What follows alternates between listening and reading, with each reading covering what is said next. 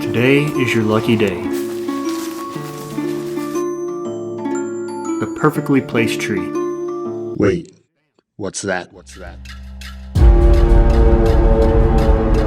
There it is. Someone else's tree stand, sitting there waiting on you.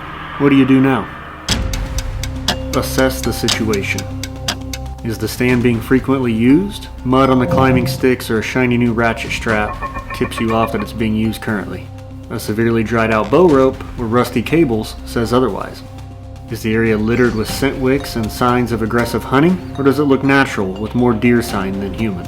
Some stands are long ago abandoned, making the decision easy, with no risk of upsetting a fellow hunter, nor hunting deer that have been long ago pushed out. Other times, stands are obviously being actively hunted, and that scenario is what we're here to talk about. Moral considerations. Some intentionally place stands to claim their territory on public land. Others are simply setting up and realize that public land is just that, public. Where does that leave you, honey hole trespasser? Oftentimes I'll approach the stand and look for a phone number or contact info. Less than 10% of the time is there a number to reach, but if there is, and I have cell signal, I'll shoot them a quick text. Almost always, it's a "thank you so much for letting me know, good luck." One time I did receive a text back that said, "I'm actually headed there tonight. If you don't mind leaving it for me, I'd really appreciate it." "No problem," was the reply. Usually someone leaving their number on a stand is a sign they do want to be communicated with. However, most of the time, the stand has no contact info. It's a guess as to whether they're heading in there right at the same time as you. In these situations, I'll go with my gut. If it's a weekend afternoon with the perfect wind for the spot, and it feels like they may show up, I'll leave a note zip tied to their climbing sticks and move on. After all, the hunt wouldn't be any good if they walked in on it anyway. But if it's a weekday or bad weather, and it's in an area that I can easily get out of and move to another one, I'll go ahead, set up, and cross my fingers.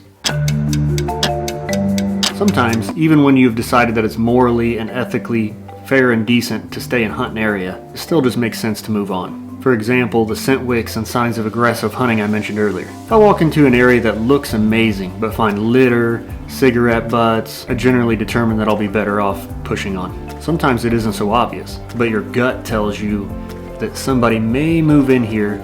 I don't have a good exit strategy to get into another place this evening, and so rather than stay here and ruin both of our hunts, I'm just gonna move on. Your best friend when hunting public land with strangers is communication. A simple introductory note can go a long way to avoid stepping on toes. Talk to folks in the parking lot if you're hunting the same piece. No one has to give up their honey hole. You never know. You may find a new hunting buddy or somebody willing to help you drag a deer out. And if you're more of a keep to yourselfer, that's fine too. Just keep it respectful and carry on. Public means public. It's simply said, but it's true. Legally, you can hunt anywhere, no matter what, as long as it's not harassment. Legally, you don't have to be happy when somebody moves into your spot. Legally, we are all entitled to the resources of our state and country as citizens. Tougher than private, but it's still an incredible opportunity. Trust your gut, be decisive, good luck.